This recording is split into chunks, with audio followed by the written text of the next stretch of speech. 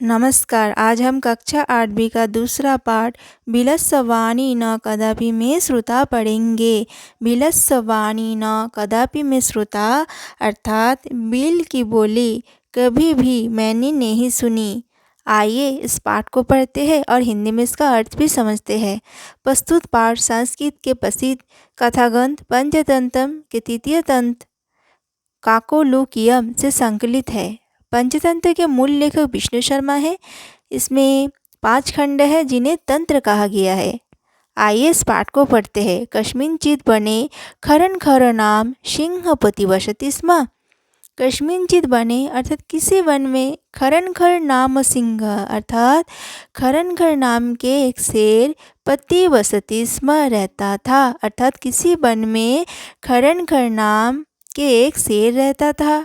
श कदाचित इतस्ततः परिभ्रमन् सुधार्थ न किंचिदपि आहारम प्राप्तवान।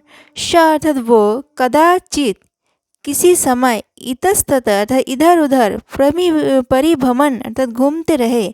शुद्धार्थ अर्थात भूख से व्याकुल न नहीं किंचिदपि कुछ भी नहीं आहारम भोजन प्राप्तवान प्राप्त किया। अर्थात वो किसी दिन भूख से व्याकुल होकर इधर उधर घूमता रहा लेकिन भोजन के लिए कुछ भी प्राप्त नहीं किया।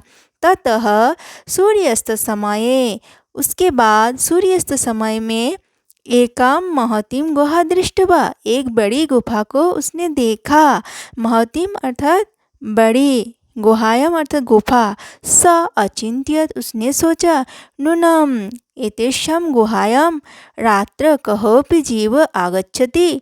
नूनम अर्थात निश्चय, एतेषां अर्थात इस गुहायां गुफा में रात्र कहोपि जीव आगच्छति रात में कोई भी प्राणी आता है। अतः अत्रैव निगूढ़ भूत्वा तिष्ठमीति। अतः इसलिए अत्र यहीं पर निगूढ़ भूत पर छिप कर रहता हो, तिष्ठा में रहता हो अर्थात यहीं पर ही छुप कर रहता हो। अर्थात किसी दिन एक शेर ने इधर उधर भूख से व्याकुल होकर घूमता रहा लेकिन उसे भोजन के रूप में कुछ भी प्राप्त नहीं किया। उसके बाद सूर्यास्त के समय में उसने एक बड़ी गुफा को देखा और उसने सोचा रात में जरूर इस गुफा में कोई भी प्राणी आता है इसलिए यहीं पर ही छुप कर रहता हो। एतस्मिन् अंतरे अर्थात इसी बीच में गुहाया स्वामी अर्थात गुफा के मालिक दधिपुच्छ नामक श्रृगाल समागच्छ। दधिपुच्छ नाम के एक गिधड़ आया। इतस्मिन अंतर अर्थात इसी बीच में अर्थात जब शेर ने सोच रहा था रात में इस गुफा में कोई प्राणी आता है उसी बीच में।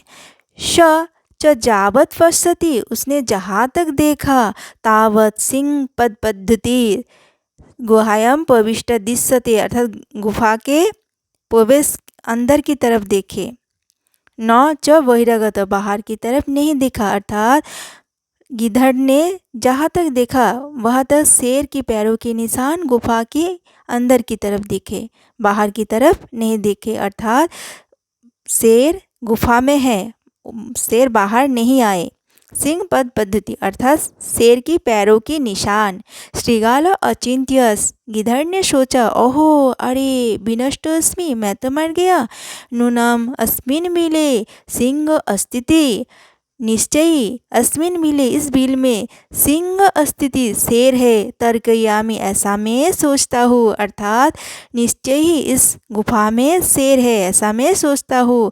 तत्किम करवानी तो क्या करूँ। एवं विचिंत्य अर्थात ऐसा सोचकर अर्थात जब गिधड़ ने देखा शेर के पैरों के निशान गुफा के अंदर की तरफ है तो उसे लगा इस गुफा में जरूर शेर है। अगर वो गुफा के अंदर गया तो उसके मौत निश्चित है इसलिए उसे जानना था कि गुफा में असल में शेर है कि नहीं। इसलिए वो दूर से आवाज़ करना शुरू कर दिया। उसको यकीन था कि उसकी आवाज़ सुनकर शेर अवश्य ही गर्जना करेगा। ऐसा सोचकर उसने दूरस्थ रवम कर्तुमारंभ भो बील अरे बील किम न समरसि, क्या तुम्हें याद नहीं, यमया तया सह समयो कितस्तति, कि तुम्हारे साथ मेरे क्या समझौता हुई थी। समय अर्थात समझौता, यत ए जद हम बाह्यत, जब हम बाहर से, प्रत्यागमिष्यामि वापस आओ, तदा तब तुम माम आकर्षसि, तब तुम मुझे पुकारोगी। यदि तम माम ना आवश्यसि, यदि तुम मुझे नहीं पुकारती हो, तर्हि अहम द्वितीयं बिलम यस्यामि इति, तो मैं दूसरी गुफा में चला जाऊंगा। अथ एतत् श्रुत्वा सिंह अचिंत्य, इसके बाद ये सुनकर शेर ने सोचा, ये सुनकर अर्थात गिद्धड़ के द्वारा गुफा से बातें करना, ये सुनकर शेर को लगा कि निश्चय ही ये गुफा अपने मालिक का सदा आह्वान करती है। नून मेसा गुहा सामीन सदा आह्वानम करती। नून मेसा इनका संधि विच्छेद है, नूनम प्लस ऐसा अर्थात निश्चय ही, गुहा अर्थात गुफा, सामीन सदा आह्वानम करती अर्थात अपने मालिक का सदा आह्वान करता है।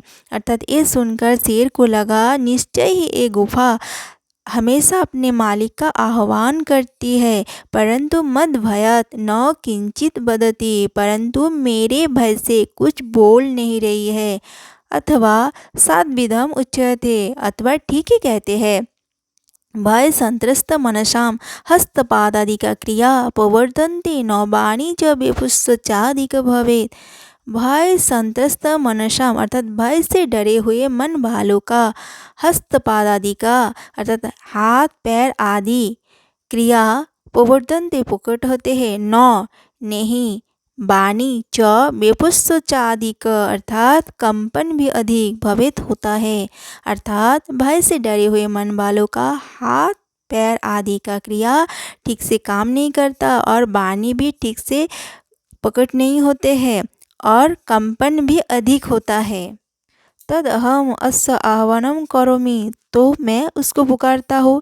एवं स बिले भविष्य, इस तरह से वो गुफा में प्रवेश करेगा।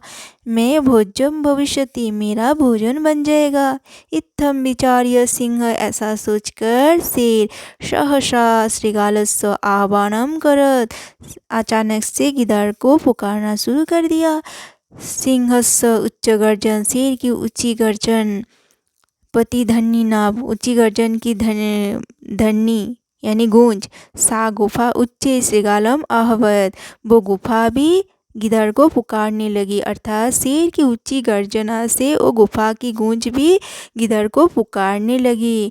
अन्य अपि पशु भयभीता अभवत, इससे दूसरे पशु भी भयभीत हो गए। श्रृगालोपि ततः दूरम पलायमान यम पठयत, गिद्धड़ भी वहाँ से दूर भागने लगा और ये पढ़ने लगा।